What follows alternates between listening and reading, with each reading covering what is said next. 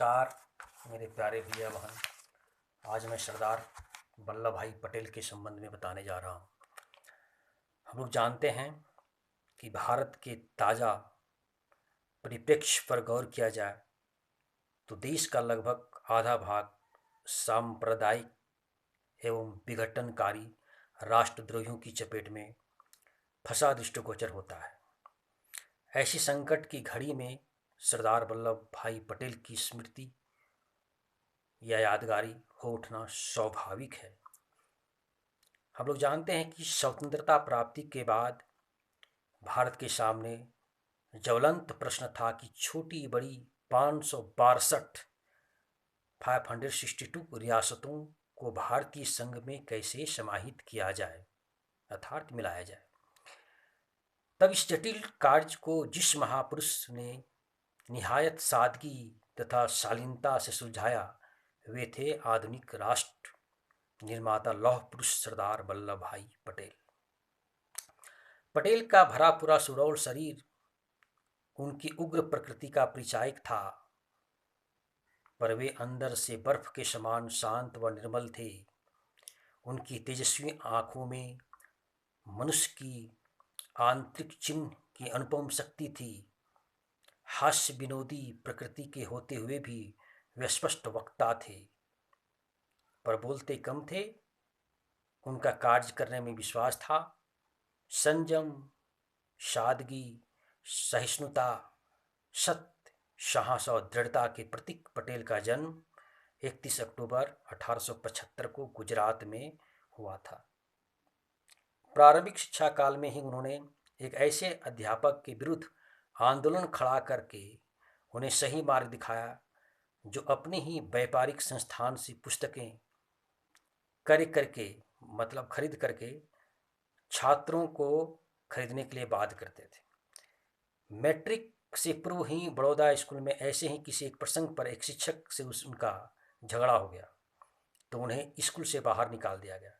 ऐसे ही सरदारगिरी के कारण 22 वर्ष की उम्र में वे मैट्रिक परीक्षा पास कर पाए और वकालत के पेशे में जुट गए। 1908 में वे विलायत की अंतरिम परीक्षा प्रथम श्रेणी के पास कर बैरिस्टर बन गए। फौजदारी वकालत में उन्होंने खूब यश कमाया और धाक भी जमाई। गुजरात क्लब के आमंत्रण पर जब महात्मा गांधी व्याख्यान देने पधारे तो पटेल ने गांधी की उपेक्षा करते हुए टिप्पणी की थी, मुझे इन चंद पढ़े लिखे राष्ट्रवादियों से सख्त नफरत है। यह लोग अर्जी नवीसी करके महान शक्तिशाली ब्रिटिश साम्राज्य को यहाँ से उखाड़ फेंकेंगे, इसमें मुझे बहुत संदेह है। मेरे प्यारे भैया बंधन, यह व्याख्यान आख्यान निरा बकवास है, किंतु चंपारण जिले में सत्याग्रह की सफलता देख पटेल की आंखें खुल गई और वे गांधी के आंदोलन के प्रशंसक और भक्त बन गए। गुजरात के बोरसद तालुके में देवर बम्बा डाकू खौफनाक आतंक था। पुलिस और प्रशासन निष्क्रिय हो चुके थे। तब पटेल द्वारा 200 स्वयंसेवकों को लेकर किया गया सत्याग्रह देख देवर बम्बा के 9-2-11 होना पड़ा। बोरसद में प्लेग का प्रकोप होने पर प्लेग निवारण हेतु पटेल बोरसद में कई महीने डटे रहे। मेरे प्यारे भैया बंधु, इस तरह जनसेवा व त्याग भावना के बलबूते पर ही पटेल अहमदाबाद म्यूनिसिपैलिटी के चेयरमैन चुन लिए गए। बोरसद सत्याग्रह, नागपुर का झंडा सत्याग्रह, बारडोली तालुका सत्याग्रह तथा गुजरात की बाढ़ के समय पटेल की अनुपम सेवाएं तथा रचनात्मक योगदान स्मरणीय रहेगा। उनके ट्रेड यूनियन के संबंध सुधार एवं आंदोलन भी एक नई दिशा बोध के प्रतीक थे। 1930 से 1933 तक के अनवरत आंदोलन में दक्षिण भारत की कमांड पटेल के हाथों में रही। बारडोली सत्याग्रह के समय उन्होंने 75 गांवों के प्रतिनिधि किसानों की सभा को संबोधित करते हुए कहा, देखो भाई, सरकार के पास निर्दयी आदमी हैं, खुले हुए भाले बंदूक हैं, तोपें हैं। यह संसार की एक बड़ी शक्ति है। तुम्हारे पास केवल तुम्हारा हृदय है। अपनी छाती पर इन प्रहारों को सहने का साहस तुम्हें है तो आगे बढ़ने की बात सोचो। अपमानित होकर जीने की अपेक्षा सम्मान के साथ मर मिटने में अधिक शोभा है। इसी प्रकार वल्लभ भाई अनपढ़ लोगों को सामयिक वस्तु स्थिति का बोध कराते हुए उनकी हौसला बढ़ाई। बारडोली सत्याग्रह से पूर्व उन्होंने एक मार्मिक पत्र गवर्नर को भी लिखा था, जिनका कोई प्रत्युत्तर नहीं प्राप्त हुआ। अतः अब सत्याग्रह के अतिरिक्त और कोई चारा भी नहीं था। कांग्रेस केंद्रीय पार्लियामेंट्री बोर्ड के अध्यक्ष के रूप में सरदार पटेल ने न केवल 8 प्रांतों के शासन पर सतर्क दृष्टि रखी, बल्कि उनकी सभी समस्याओं को सुलझाया भी। यह उनकी कुशल प्रशासक होने का साक्ष्य था। द्वितीय महायुद्ध छिड़ने पर 16 अक्टूबर को वायसराय ने घोषणा की कि ब्रिटेन का उद्देश्य भारत के औपनिवेशिक स्वराज देना है। युद्ध समाप्त होने पर 1935 के गवर्नमेंट ऑफ इंडिया एक्ट में सभी संप्रदायों तथा निहित स्वार्थग्रस्तों के परामर्श से वांछित संशोधन कर दिया जाएगा। मेरे प्यारे भैया बहन, इस पर सरदार पटेल की गंभीर प्रतिक्रिया हुई थी। पूछा जाता है कि क्या हम स्वतंत्रता के योग्य हैं।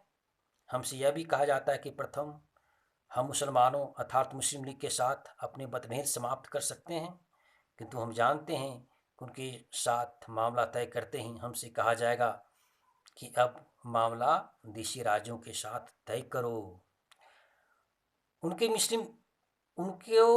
मुस्लिम लीग की मुसलमानों के प्रति संदेह और अविश्वास की शिकायत जब गांधी जी से की, तो गांधी ने वल्लभ जी के बारे में विचार प्रकट करते हुए यह कहा था कि सरदार सीधी बातें बोलने वाले हैं, पर बोलते हैं तो कड़वी लगती है, पर दिल के साफ हैं। सरदार पटेल उद्देश्य के प्रति स्थिर लक्ष्य संगठन कार्य में अप्रतिम अपने आदर्शों के प्रति अटल थे।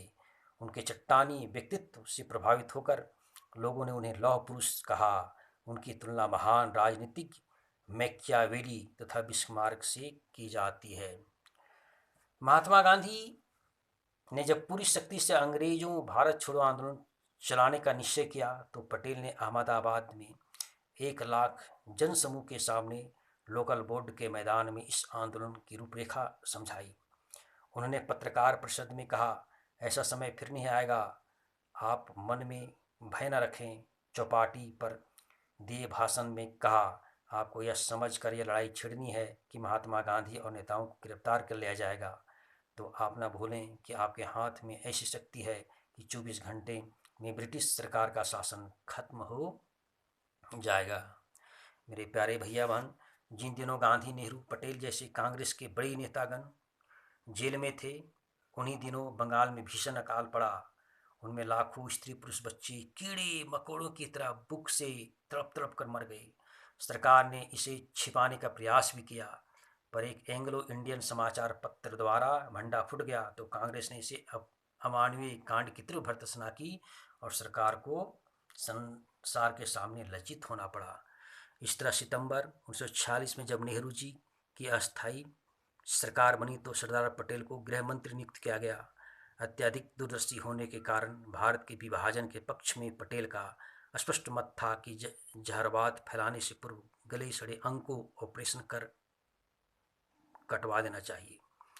नवंबर 1947 में संविधान परिषद की बैठक में उन्होंने अपने इस कथन को स्पष्ट किया, मैंने विभाजन को अंतिम उपाय के रूप में तब स्वीकार किया था जब संपूर्ण भारत के हमारे हाथ से निकल जाने की संभावना हो गई थी।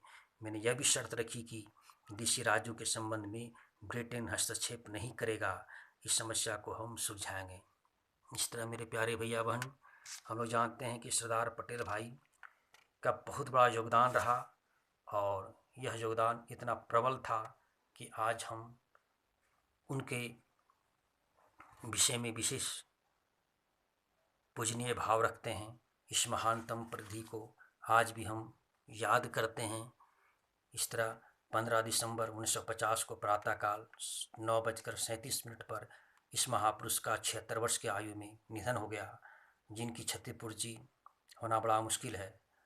गांधी ने कांग्रेस के प्राणों का संचार किया, तो नेहरू ने उन कल्पना और दृष्टिकोण को विस्तृत आयाम दिया। डॉक्टर राजेंद्र प्रसाद से उसको आचरण मिला था, और सरोजिनी नायडू ने कांग्रेस को आभा प्रदान की थी, लेकिन इसके साथ जो शक्ति और संपूर्णता कांग्रेस को प्राप्त हुई वह सरदार पटेल की कार्यक्षमता का ही परिणाम था।